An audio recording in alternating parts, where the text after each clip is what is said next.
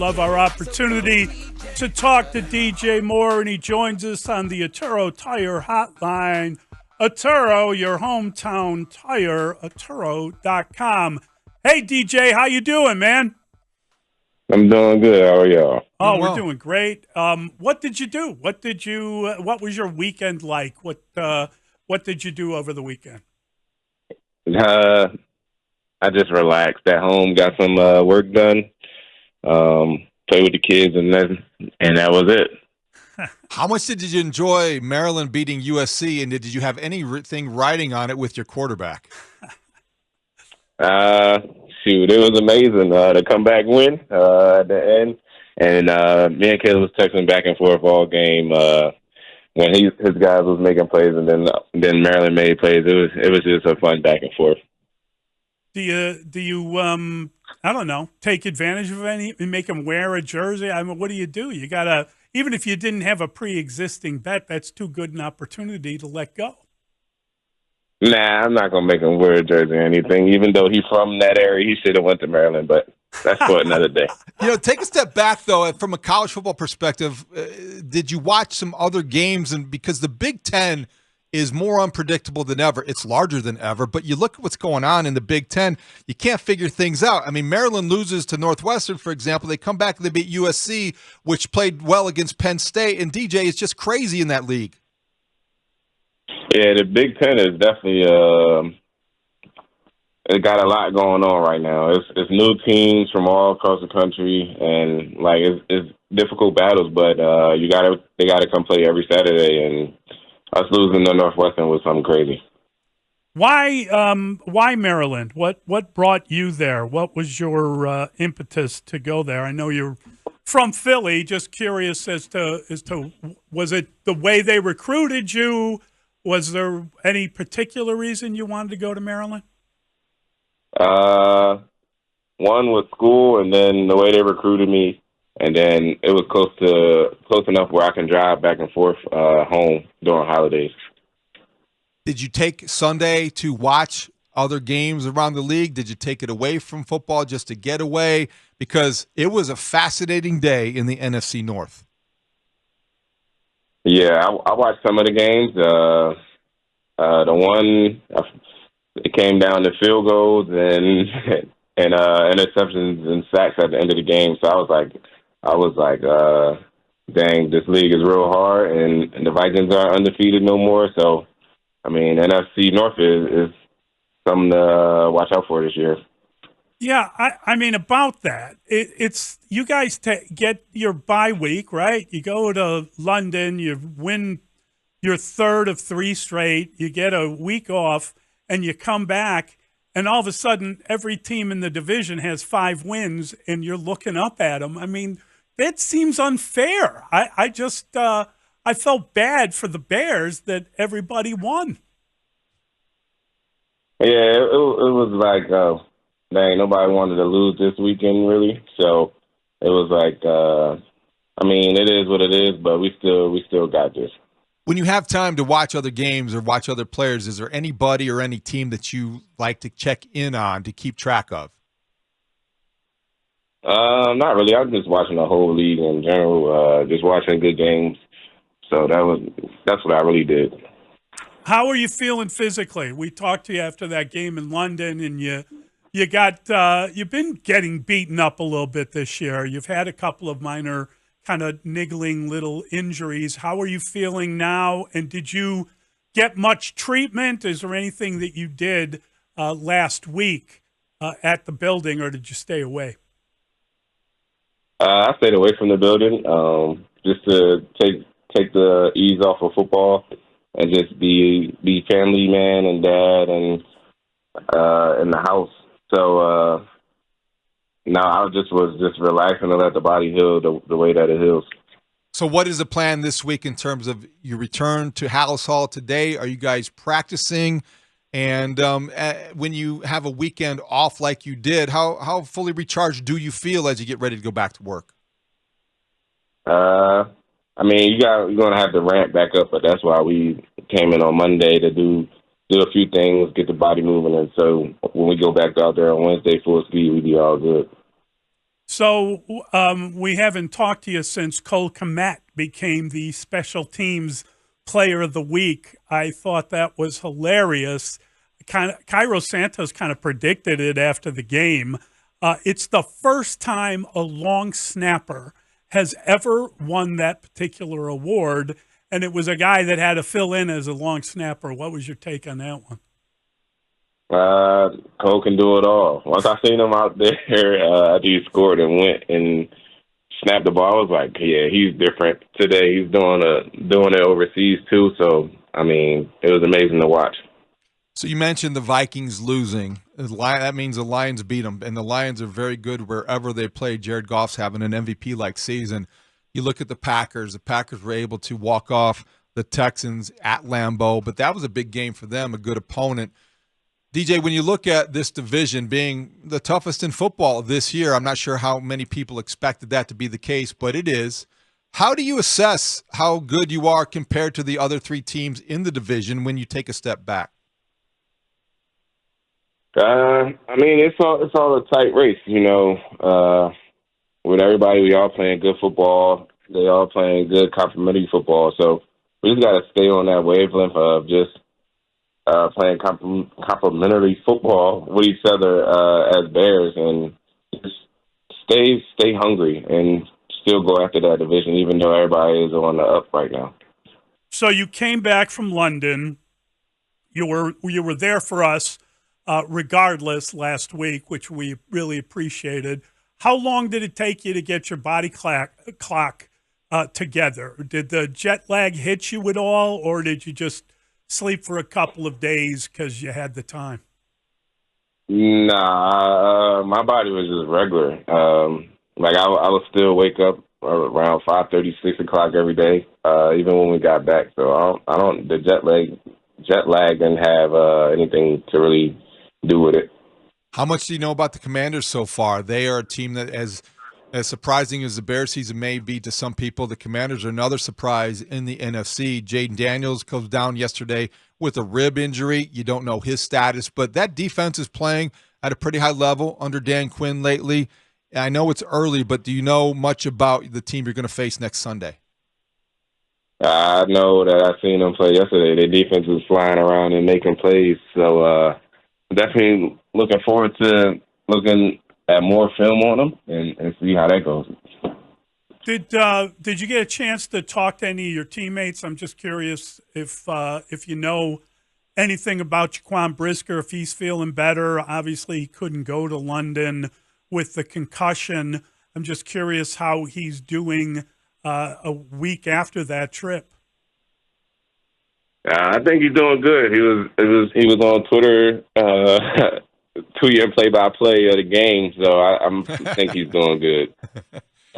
Do you have anything to add to if they ask you what can, as a self-scout, that's what coaches do in the bye week, and they say, what can we do better? What do we need to know more of? If they were to ask you about, okay, DJ, tell us what you think of this offense and how we can improve, where would you start? Where would I start? Shoot.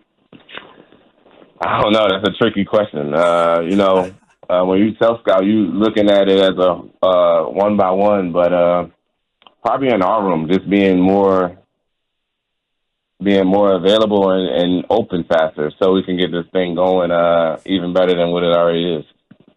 I was talking to someone about Terry McLaurin, the Washington receiver, and he was saying that if you watch what they do when they're in 11, he always lines up on the right, or at least 90% of the time he lines up on the right. They have this formation they use where the quarterback tends to run right, the running back goes right, and they do a crossing pattern from the right to the left. Is that the sort of thing that people are looking at in a bye week? And do you like that idea of lining up on one side versus the other, or do you like to move around? Teams do pick up on that, and I think our defense will probably have something for it or probably notice it. But that's something to pick up on when you straight watching film on teams. And then just moving around is probably the best thing because they can't just hone in on you and push the coverage over to you if you're on one side. You know, DJ, this week, you know how it works. There will be a lot of comparisons between Jaden Daniels and Caleb Williams and maybe the pre-draft process. So when you go back to last late winter, early spring, as the Bears were evaluating the draft class of quarterbacks, just curious how involved, or did you get involved at all? Did they ask you to look at tape of any of the quarterbacks? Did you offer your opinions on guys comparing and contrasting the quarterbacks available? Nah, I kind of already knew who was taking Caleb, and I had seen film on him, and once I got to meet him in person for the first time, I mean, you can't not like the guy, so I was fine with who was taking that one for a long time. How surprised were you, or have you been, that Jaden Daniels has had such early success? I'm not surprised because I think Kyler Murray with Kingsbury had the same type success when they first got together. So it was it was bound to happen.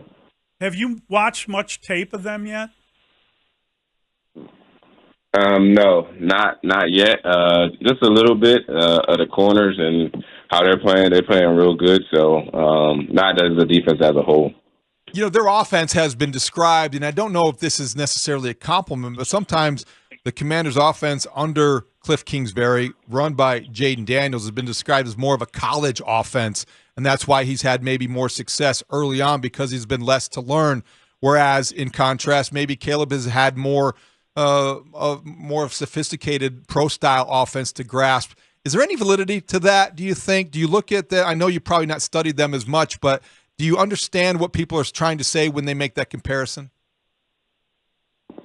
Yeah, because you can see his success and everything going so smoothly. There might be not a dumbed down version of the NFL, like maybe a college style, but on the flip side, we got a nice, healthy NFL playbook on this side. So it definitely takes time to digest and get it to where you like it. Do you feel that, we've talked about this idea that he's been improving, that your offense has gotten better, that the, introduction of the first 15, although there were elements of that early, has helped all of you guys kind of study and work on what you're doing? Do you feel improvement as the season has gone on? Yeah, because it makes everybody hone in onto what's going on, game to game, drive to drive, play to play. Exactly what the details are on each play that you have that's coming up next. So that I got to get this job done. So, DJ, last week was a huge one in the NFL for wide receivers. Devontae Adams on the move to the Jets, big trade. Amari Cooper goes to the Bills, another big deal. Both those guys played yesterday and contributed to their team's offensive production. As a receiver, a guy in those roles as the number one wide receiver on his respective team, how hard is it to change teams midweek, mid-season, and still learn the offense enough to make a contribution on the following Sunday?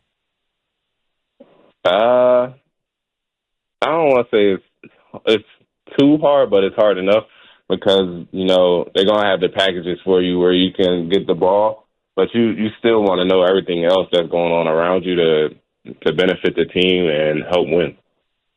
Is it significantly different now that you've done that this year? In other words, you had the off season to kind of learn the new offense, but you've been deployed differently. We talked about some of the decoy stuff earlier on in the year.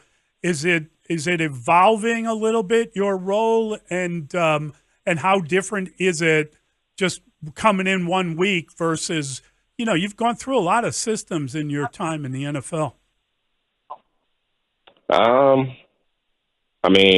Every game it changes. Like every year, I done had to do something different. Whether it was a deep threat, intermediate, short, and just catch and runs. This year, it's going. I feel like it's going game to game what I can do. So I think it's all on display. When you see as many trades as took place last week, 3 weeks before the deadline, there were 4 deals that were done. Does that get the attention of players in a locker room? Do people start to wonder? How is that received? Because you don't typically see a lot of activity. I guess it's been more in recent years, but the NFL trade deadline isn't like other sports. Yeah, I haven't heard anybody talking about trades in the locker room or anything, or anybody being traded on our team. So I'm not too worried about it for anybody. If you could make one trade, who would you get rid of? I'm kidding. Nobody. I'm just kidding. But it's funny because there is that sense around some other sports that guys are there temporarily. With the NFL, because they've moved the trade deadline a couple of times now, it's more likely that teams are going to make a move of some kind. Usually because someone's gotten hurt, because you've lost something you thought you were going to have as a team. Yeah, that's a big part of it. If somebody goes down, then you go to see the next best available, or try to see who's next best available and make a trade for them. And that can happen. Was very curious about how you were watching Sunday Night Football with the Steelers and the Jets. No team had ever made a quarterback change when they were 4-2, and yet Justin Fields goes to the sideline. Russell Wilson takes over. Took him a little while to get going, but he did get going, and the Steelers prevailed. What did you think about that move and what it meant to their season? I didn't really watch the game, so I don't even know the ending score. I mean, that's a coach's decision to put a new quarterback in 4-2, even though they was winning. It might not have been pretty winning, but they was winning, and I think that's what he wanted to see, like a pretty win to really make the decision. So the bye week coming as early as it did, now you got just the rest of your season, right? You kind of know now that you're heading back to work, and it's just going to be week in, week out, all the way to the rest of the year. Do you like that? No, I don't like that. You'd like that later in the year? Yeah, later in the year is better because you can really, that's when you know the aches and pains are there, and then you like, ooh, we got that bye week, and then you really feel rejuvenated and can go out there and play your best football at the end of the year. Well, you're probably going to get to 2 byes when you finally go to 18 games, which could be quicker than anyone wants. But still, that's going to be hurtful too. But don't you have some veteran days off accumulated? Don't you get like Wednesdays off, DJ? He's not Me? Mercedes Lewis. Yeah, no, I'm not there yet. Okay, you're not there yet? What do you have to do to get there? I think you got to be like 13 plus to get that. Okay. You start dictating when your days off are, you got to be like 13 plus. Great stuff, DJ. Thank you, buddy. Great catching up with you. Have fun against Washington. Thanks, DJ. Thank you all.